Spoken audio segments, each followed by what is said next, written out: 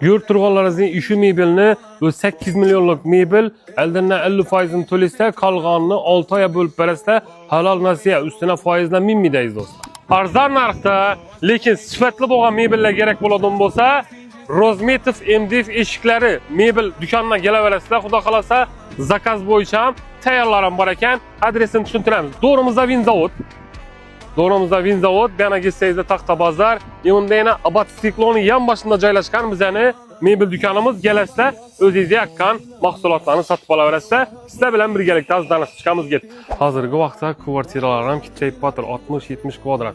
Ey do'stlar, agarda bir xonali olgan taqdiringizda shuning divorlarini qo'ysangiz, ham mehmonlarga endi divon bo'ladi, ham shuning ko'rib turganlaringizning qaranglar, spalni ham bo'ladi yana. O'zingiz bemalol yana tartib etaverasizlar. Undan tashqari kichkina uy bo'lgandan keyin vajdaningizni qo'yadigan yer kerak. Qaranglar yana. Dumir zo'r, mexanizmi zo'r ekan yana. Makka. Ibom shunday ekan ochiladi. Qaranglar. Yana. Bir qo'lingiz bilan ochasiz. Yosdan beklayverasiz. Даже yana pufiklar ham shunda ochiladi ekan. Dumir zo'r. Ana undan tashqari bu yerda har xil turdagi rangidan bor, go'kindan bor. Bunda yana boshda videolarımızda aytganimizdek yana 7 ming chatakasi bor. Ana undan tashqari yan tarafda mebellarimiz bor. Bu hozirgi zamonaviy high-tech uslubundagi divorlar ham bor ekan. Hammasini do'stlar bizdan aytib kelsangizda 500 ming so'm skitkasi bor ekan. Ekranda telefon nomerlari turadi.